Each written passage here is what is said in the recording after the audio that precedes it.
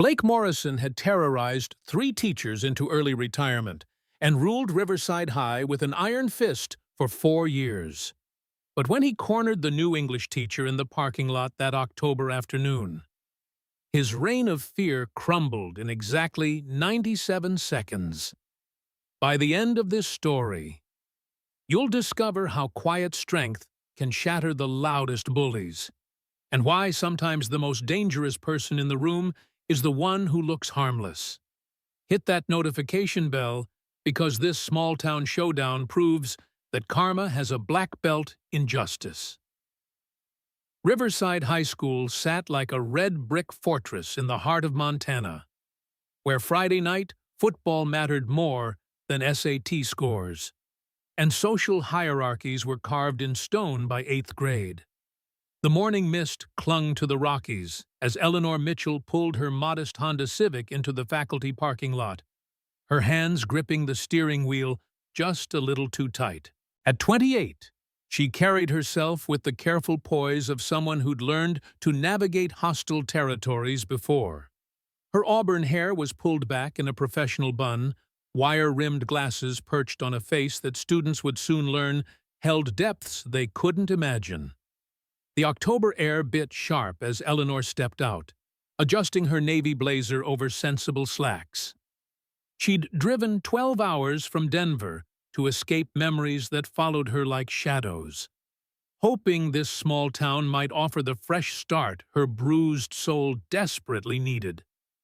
The teaching position at Riverside had opened suddenly when Mrs. Henderson, a 20-year veteran, had submitted her resignation with shaking hands and refused to explain why.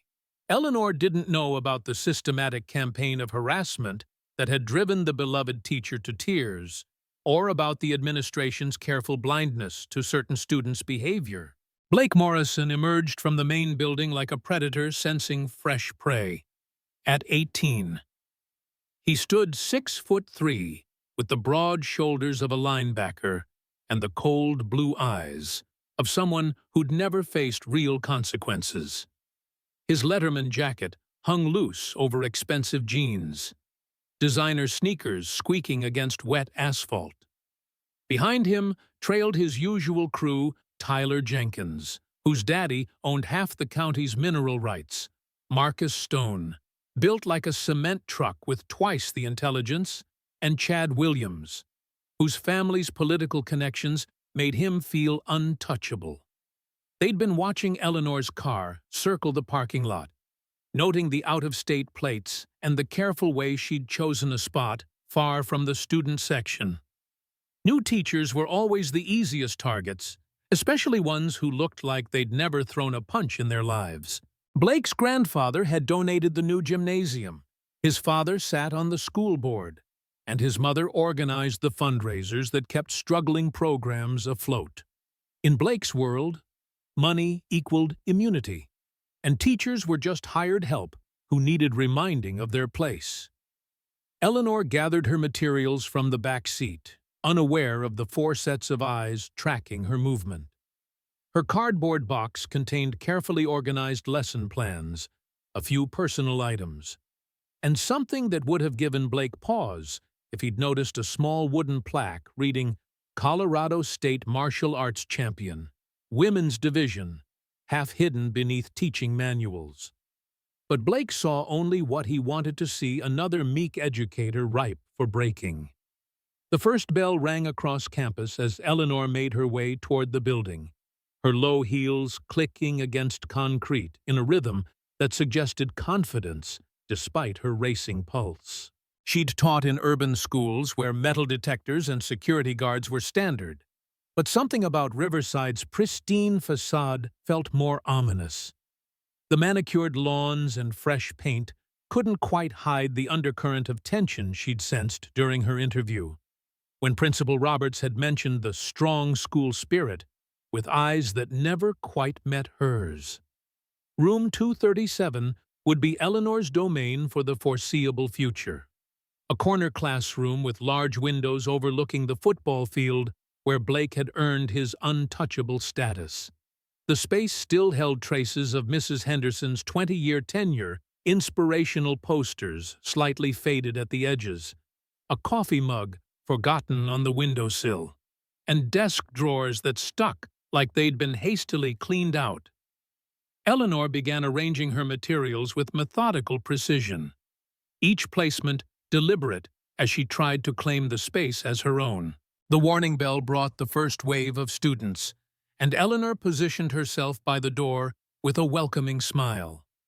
Most responded politely, if somewhat guardedly, clearly waiting to see what kind of teacher she'd prove to be.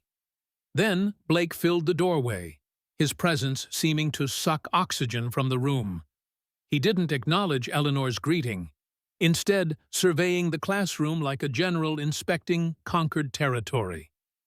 His crew filed in behind him, claiming the back row with the casual arrogance of occupying forces.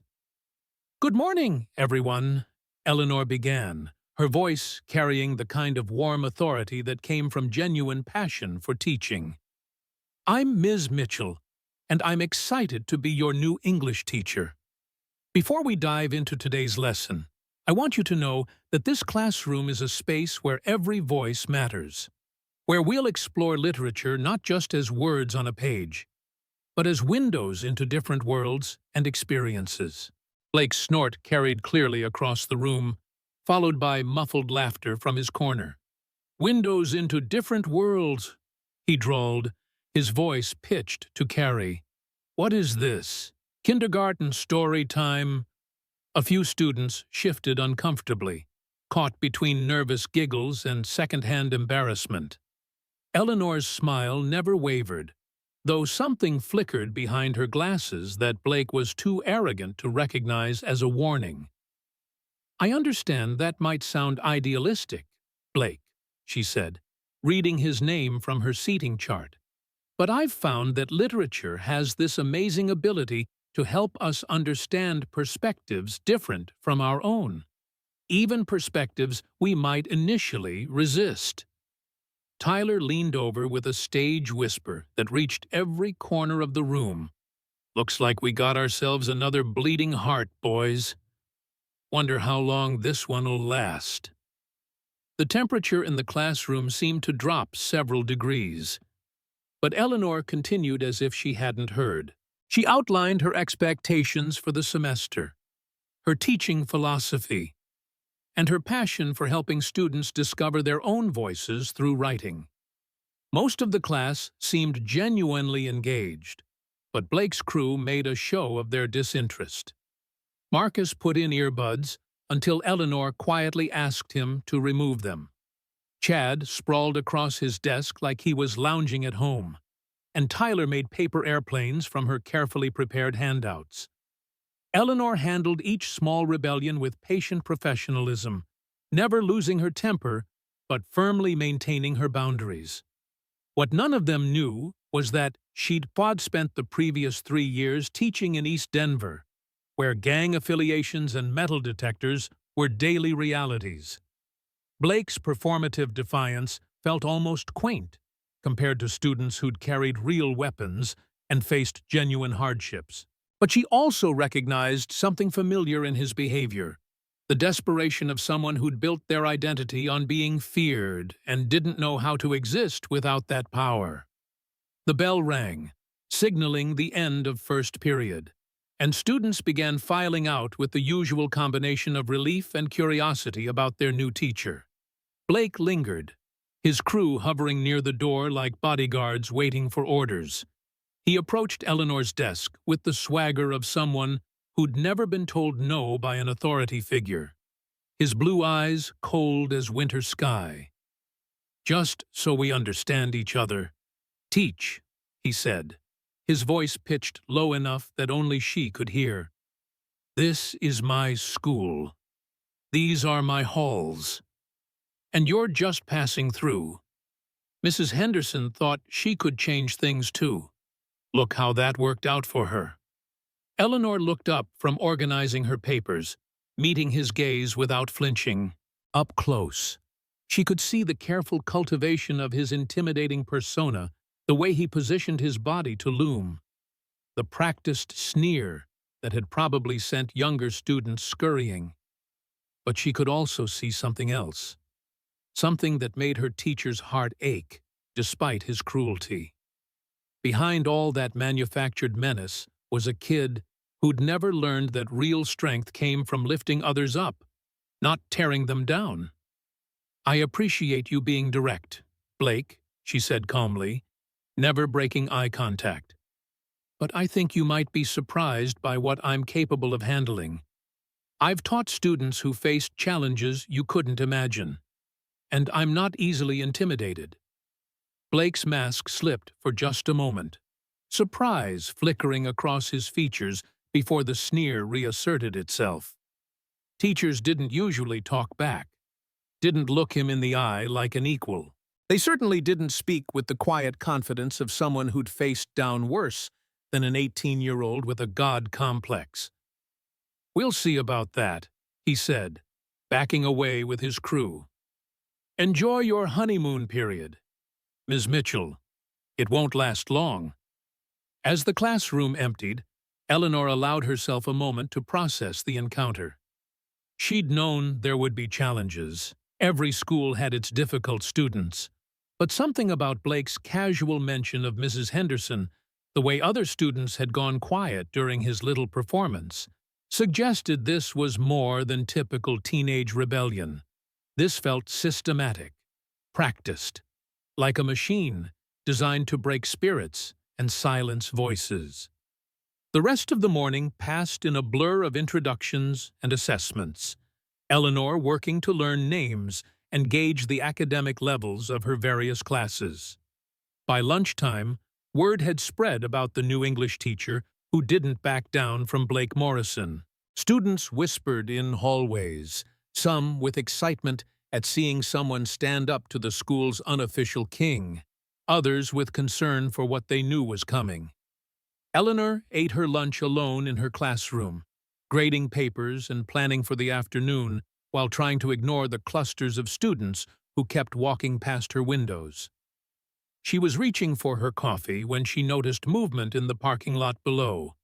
Blake's crew gathered around her Honda, with Tyler holding something in his hands. Even from the second floor, she could see the malicious grins as they worked on whatever they were planning. By 3:15, the dismissal bell had emptied the hallways of all but the most dedicated students and faculty. Eleanor packed her materials methodically, aware that stepping into that parking lot would likely trigger whatever Blake had planned. She'd faced down worse than high school bullies, but that didn't mean she was eager for confrontation. Sometimes the smartest move was a strategic retreat, living to fight another day. But as she gathered her keys and headed for the door, Eleanor caught sight of Madison Chen sitting alone in the hallway. The sophomore had been one of her brightest students today, asking thoughtful questions and contributing insights that showed real intellectual curiosity. Now she sat hunched over her phone, tears streaming down her face as she scrolled through what looked like social media posts. "Madison," Eleanor approached carefully, recognizing the particular kind of devastation that came from online humiliation. "Are you okay?" The girl looked up with red-rimmed eyes, her voice barely above a whisper. "They posted pictures from gym class, from the locker room. Everyone's seen them." She held up her phone, showing a group chat where dozens of students had shared and commented on photos taken without her knowledge. The comments were cruel in the specific way that teenagers excelled at, targeting every insecurity with surgical precision. Eleanor felt something cold settle in her stomach as she recognized the usernames commenting Blake, Tyler, Marcus, Chad. This wasn't random cruelty. It was coordinated psychological warfare designed to destroy a 15-year-old girl for the entertainment of her classmates. Madison was everything Blake's crew targeted: smart, quiet.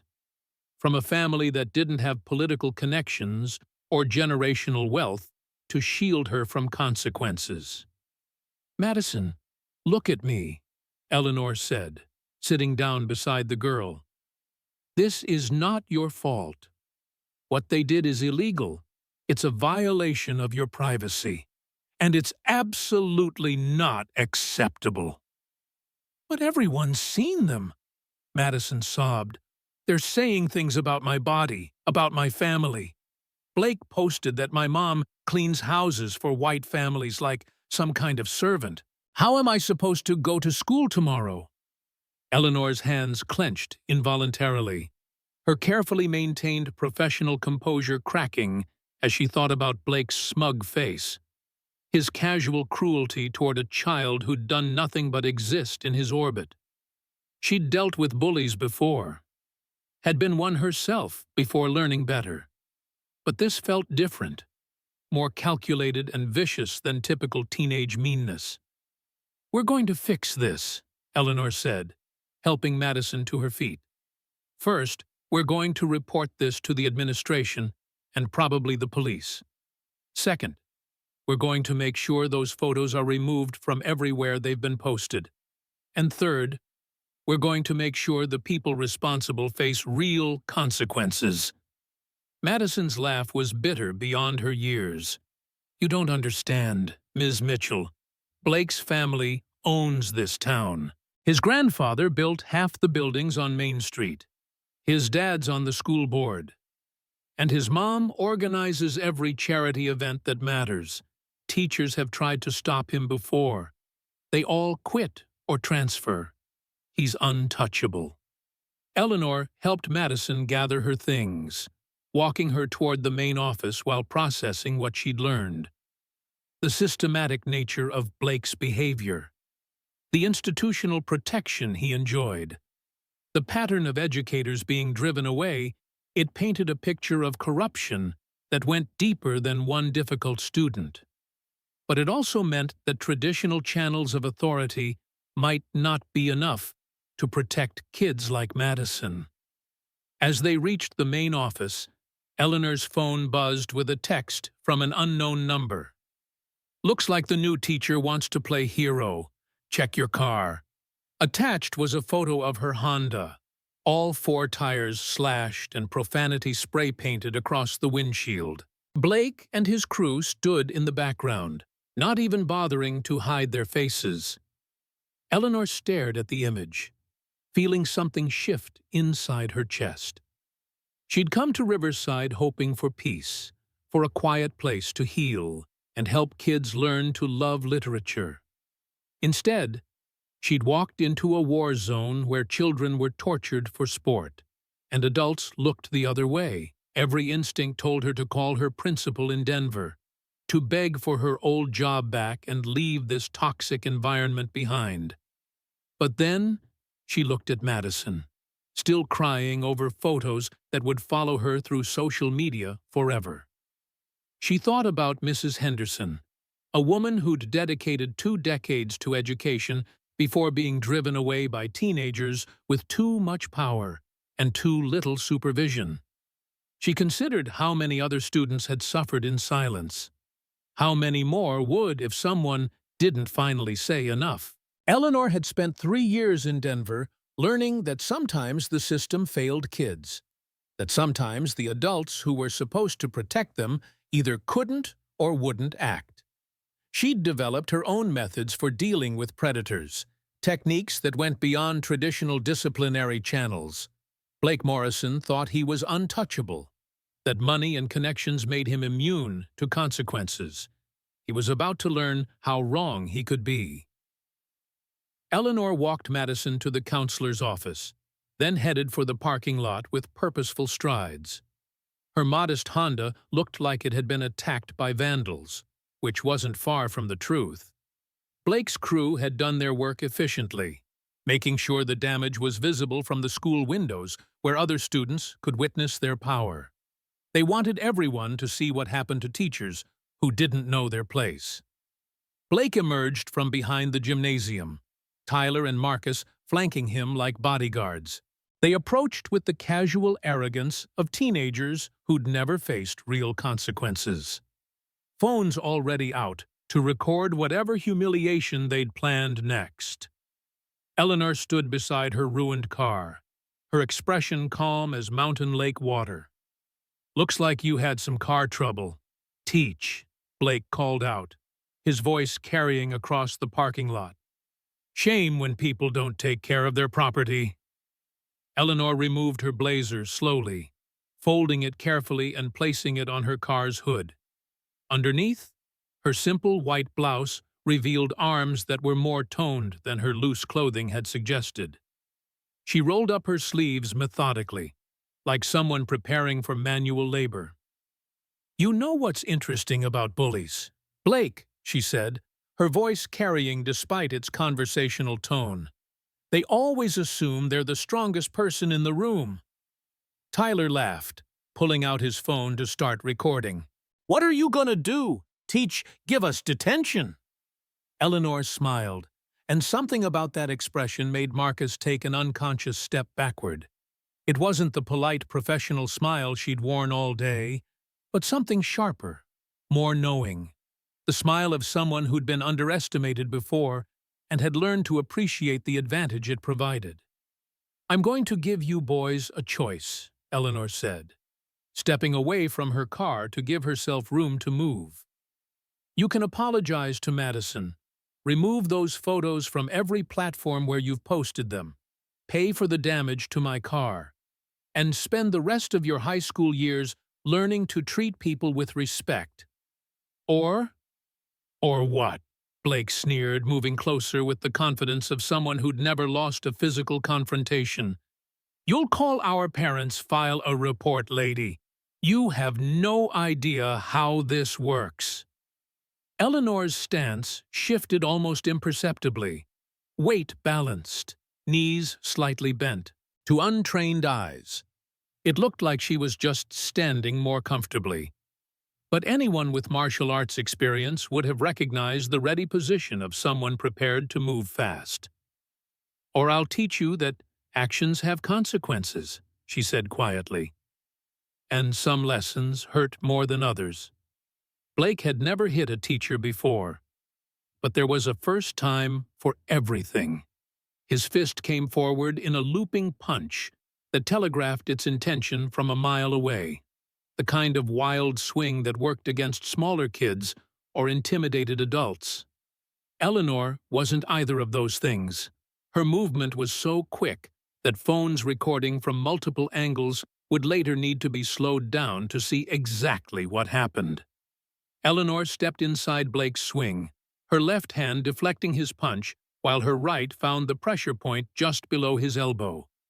Blake's arm went numb instantly, his grunt of pain audible across the parking lot. Before he could recover, Eleanor's knee drove into his solar plexus with surgical precision, not hard enough to cause permanent damage, but sufficient to double him over, gasping. As he folded forward, she grabbed his shoulders and used his momentum to send him stumbling toward the muddy patch where maintenance had been working on drainage. Blake hit the mud face first, his designer clothes immediately soaked with brown water and decomposing leaves. He rolled over, shock replacing arrogance as he tried to process what had just happened. The girl who looked like a librarian had just put him on his back without breaking a sweat. Tyler and Marcus stood frozen, their phones still recording, but their planned intimidation forgotten. Eleanor straightened her blouse, tucked a loose strand of hair behind her ear, and looked down at Blake with the same calm expression she'd worn while teaching Shakespearean sonnets. Here's what's going to happen, Eleanor said, her voice carrying across the suddenly quiet parking lot where Blake Morrison sat in the mud like a dethroned king. You're going to learn that being the biggest fish in a small pond doesn't make you a shark. Tyler's hand shook as he held his phone, the video capturing every second of Blake's humiliation. Marcus stood frozen, his usual bravado evaporating as he processed the impossible scene before him. Their leader, the untouchable prince of Riverside High, had been put down by a woman who barely reached his shoulder. Blake struggled to his feet, mud dripping from his letterman jacket like liquid shame. His blue eyes blazed with a fury that had never been challenged, never been redirected back at him. "You crazy bitch!" he snarled, wiping muck from his face. "You have no idea what you just did. My father will have your job, your career, everything." Eleanor stepped closer, her movement so fluid that Blake instinctively backed away. "Your father isn't here right now, Blake. It's just you, me, and the consequences you've been avoiding your entire life." The parking lot had begun to fill with students drawn by the commotion, phones appearing like flowers after rain as word spread through social media faster than wildfire. Madison Chen stood at the edge of the crowd, her tear-stained face now showing something Eleanor hadn't seen before: hope. "Ms. Mitchell," Tyler stammered, finally finding his voice. We were just messing around. Blake didn't mean to—" "To what?" Eleanor interrupted, turning her attention to Blake's lieutenant. "To terrorize a 15-year-old girl with illegal photos, to destroy school property, to assault a teacher in front of witnesses." She gestured to the dozens of phones recording. Which part was just messing around? Tyler. Chad Williams pushed through the crowd, his political family's influence having taught him to recognize when situations needed damage control. "Look, Ms. Mitchell, maybe we can work something out. Nobody needs to involve the authorities. These things happen. Right kids being kids." Eleanor's laugh held no humor, only the sound of someone who'd heard that excuse too many times. "Kids being kids," she repeated slowly. "Is that what you called it when you drove Mrs. Henderson to quit? When you made Jennifer Martinez transfer schools? When you convinced Tommy Rodriguez that nobody would believe him?" The crowd stirred, students exchanging glances as names were spoken aloud. These weren't random examples. Eleanor had done her homework during lunch break, had made calls to former faculty, and reviewed old incident reports that had been conveniently buried. Blake's face went pale beneath the mud. "You don't know anything about—" "I know that you've been running a protection racket," Eleanor continued, her teacher's voice carrying clearly across the parking lot. "Pay tribute in homework, social media followers, and silence about your crimes, or face systematic harassment until you break. I know that you've photographed at least 6 different girls without their consent.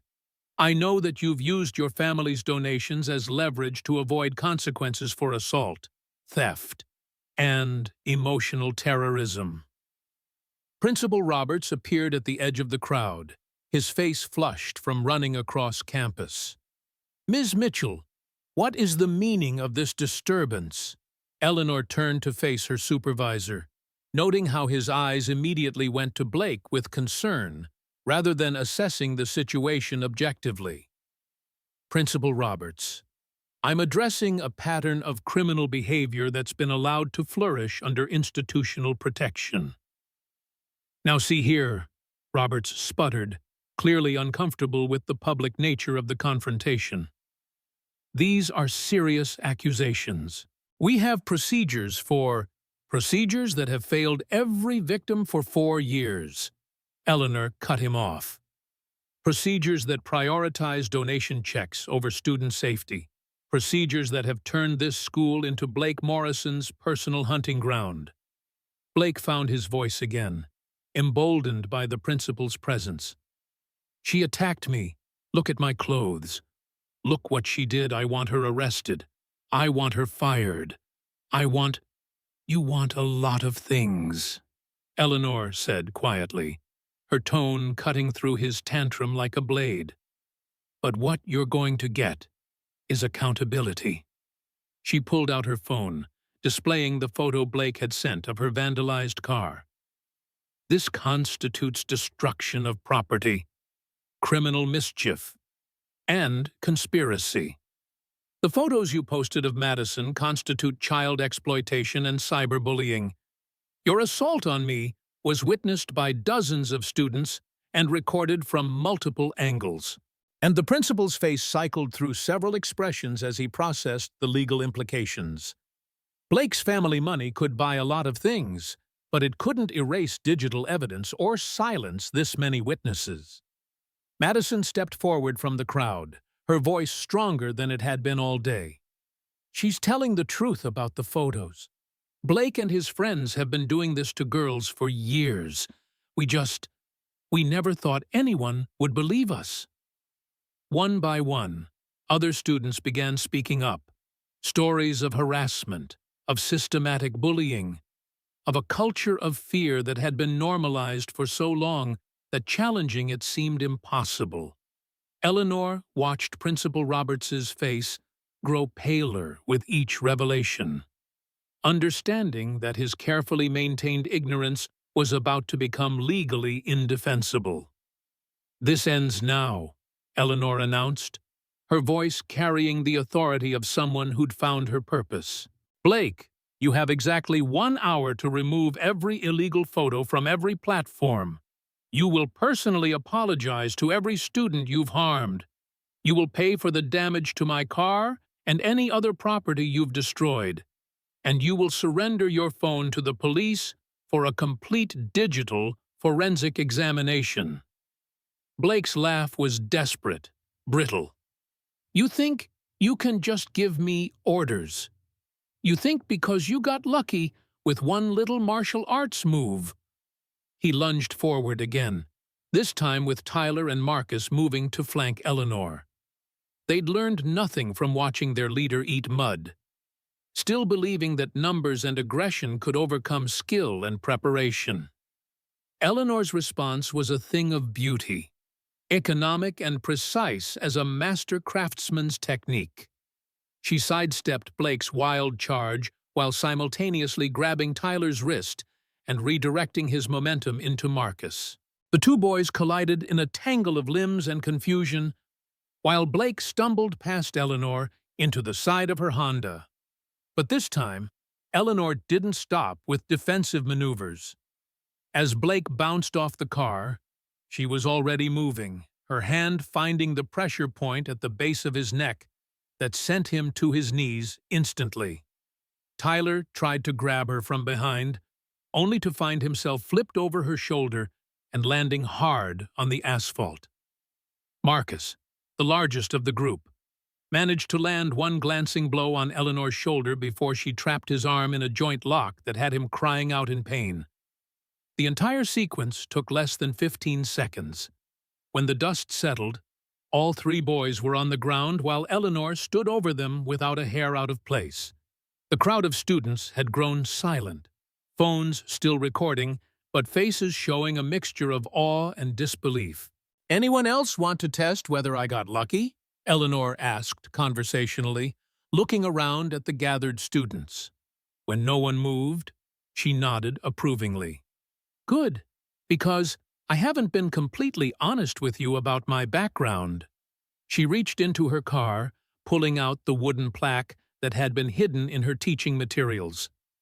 "Colorado State Martial Arts Champion, Women's Division, 3 years running. Black belt in karate. Brown belt in judo. Certified instructor in self-defense. I didn't come to Riverside to fight, but I won't stand by while children are terrorized by predators in designer clothes." Blake struggled to his feet, his face a mask of rage and humiliation.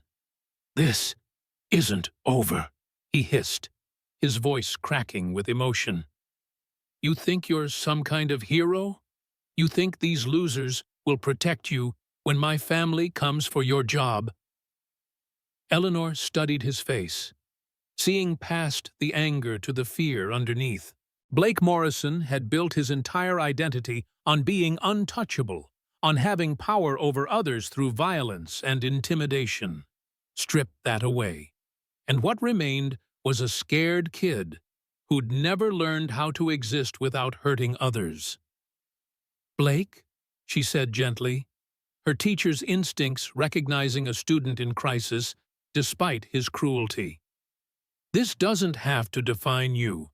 You can choose to be better, to use your influence to protect instead of destroy. But that choice has to come from you. For a moment, something flickered in Blake's eyes. A glimpse of the child he'd been before learning that money could buy immunity from consequences. But then his mask slammed back into place, pride and family programming overriding any possibility of growth. "Go to hell," he spat, turning away from Eleanor and stalking toward the school building. "This isn't over. None of this is over." But as Blake retreated, something had fundamentally shifted in the atmosphere of Riverside High. Students who'd lived in fear for years stood a little straighter, spoke a little louder.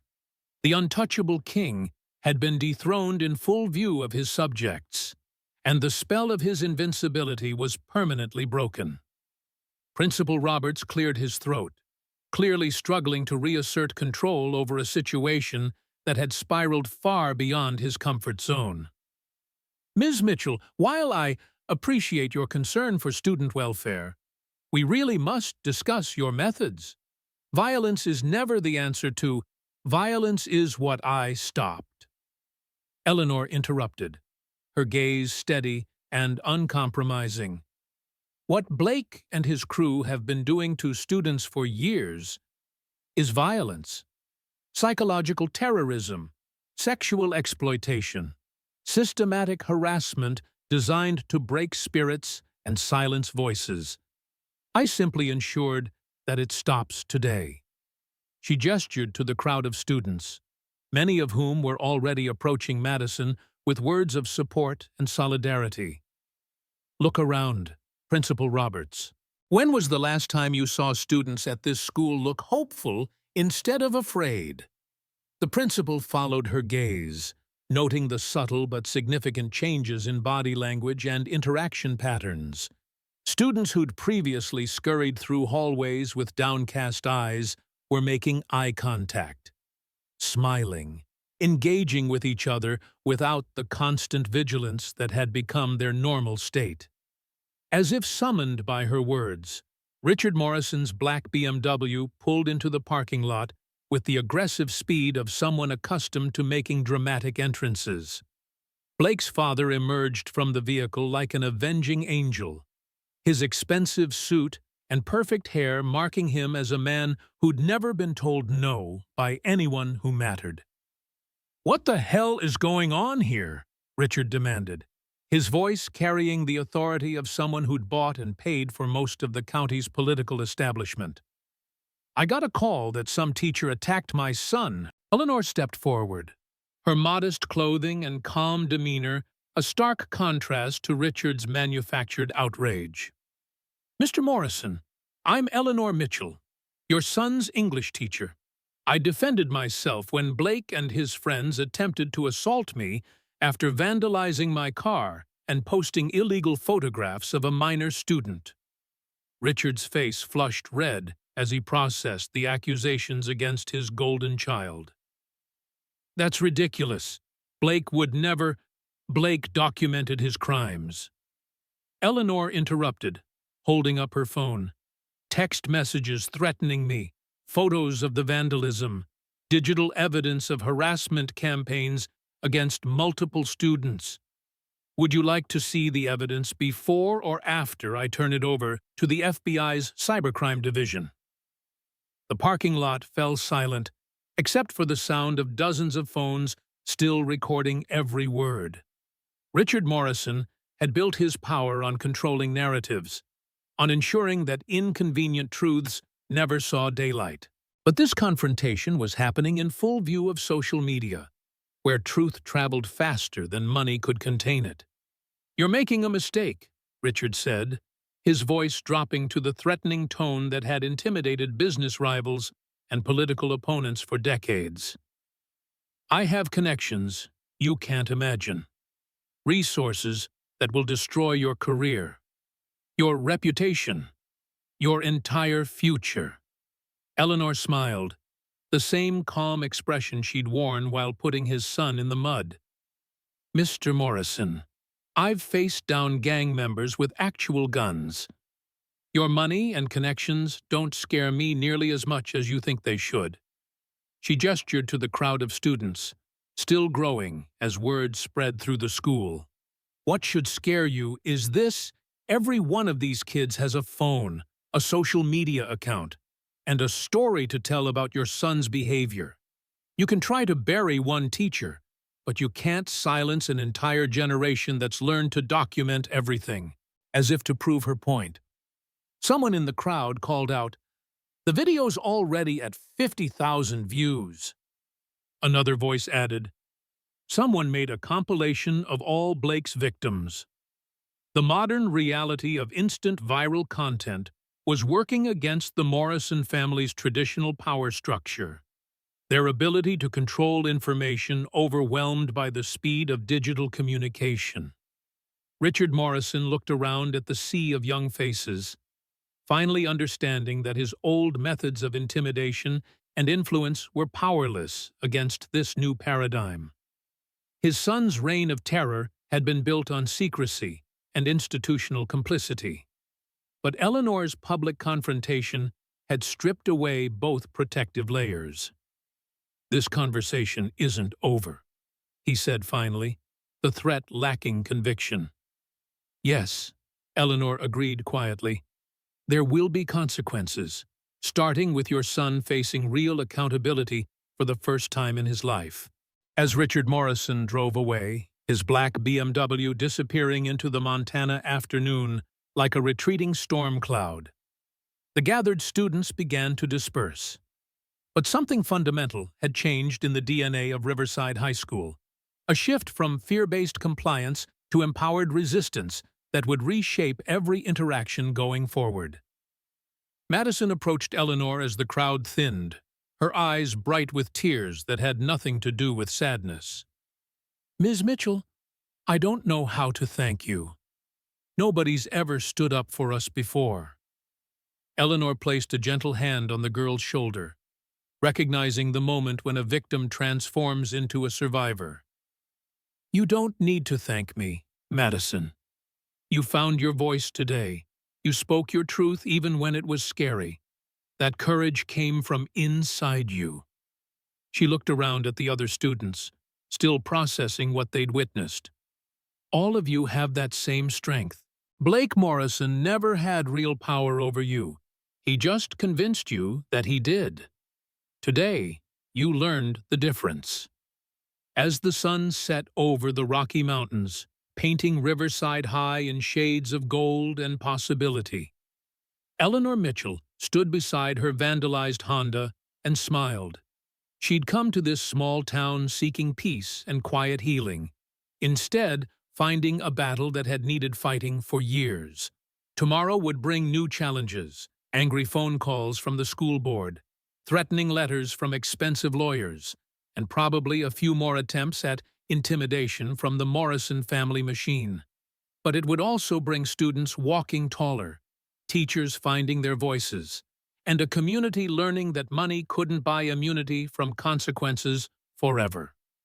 Eleanor pulled out her phone and dialed the number for the county sheriff's office, ready to file formal charges for vandalism, assault, and cyberbullying. If the Morrison family wanted to play hardball, they were about to learn that their new English teacher had been preparing for this game longer than they realized. Blake Morrison had terrorized 3 teachers into early retirement and ruled Riverside High with an iron fist for 4 years. But his 97 seconds in the mud had taught an entire school community that bullies only have the power we give them. And sometimes, the quietest person in the room is the one most capable of changing everything. The revolution at Riverside High School had begun with a teacher who refused to be intimidated. And it would end with students who'd learned they were stronger than they ever imagined. In small towns across America, where money and connections had protected predators for too long, Eleanor Mitchell's story would spread like wildfire, inspiring other quiet heroes to find their voices and take their stands. Because sometimes the most dangerous person in the room is the one who looks harmless, and sometimes The greatest victories come not from those who seek power, but from those who use it to protect others. 3 months later, Eleanor Mitchell stood before a packed auditorium at the Montana State Education Conference, her story having rippled far beyond Riverside's borders. The video of Blake Morrison's downfall had reached 12 million views, spawning countless discussions about institutional bullying and the courage to stand up for what's right. But more importantly, it had inspired a movement. When I first arrived in Riverside, Eleanor told the audience of teachers, administrators, and education advocates, I thought I was running from my past. Instead, I discovered that every challenge we face is preparation for the moment when we must choose between comfort and courage.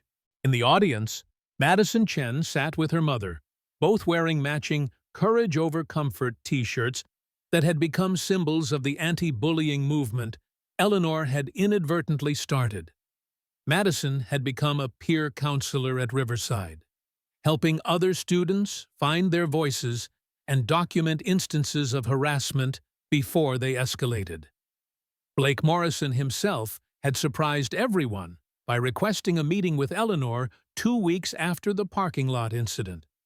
Stripped of his protective armor of family wealth and social status, he'd broken down in her classroom, finally admitting to years of pain he'd inflicted on others because he didn't know how else to feel powerful. Under Eleanor's mentorship and professional counseling, he'd begun the long journey toward making genuine amends. The truth is, Eleanor continued, her voice carrying across the silent auditorium, we all have the capacity to be heroes or villains in someone else's story. The choice isn't always dramatic. It's often quiet, made in small moments when we decide whether to speak up or stay silent, whether to protect or ignore, whether to use our strength to lift others up or tear them down. The standing ovation that followed lasted 4 minutes. But Eleanor's real victory wasn't in the applause. It was in the dozens of emails she'd received from teachers who'd found their own courage, from students who'd stopped accepting abuse as normal, from parents who'd finally demanded accountability from institutions that had failed their children. Riverside High School had become a model for addressing systemic bullying, its transformation studied by education departments across the country. Eleanor's self-defense classes were now part of the official curriculum, not just teaching physical techniques, but emotional resilience and the recognition that true strength comes from protecting the vulnerable. As she left the stage that day, Eleanor's phone buzzed with a text from Tyler Jenkins, Blake's former lieutenant, who'd become one of her most dedicated students. Thank you for showing us who we could become instead of who we were. Sometimes the greatest lessons aren't found in textbooks, but in the courage of ordinary people who refuse to let extraordinary cruelty become normal. And sometimes, the most important fight isn't the one you choose, but the one that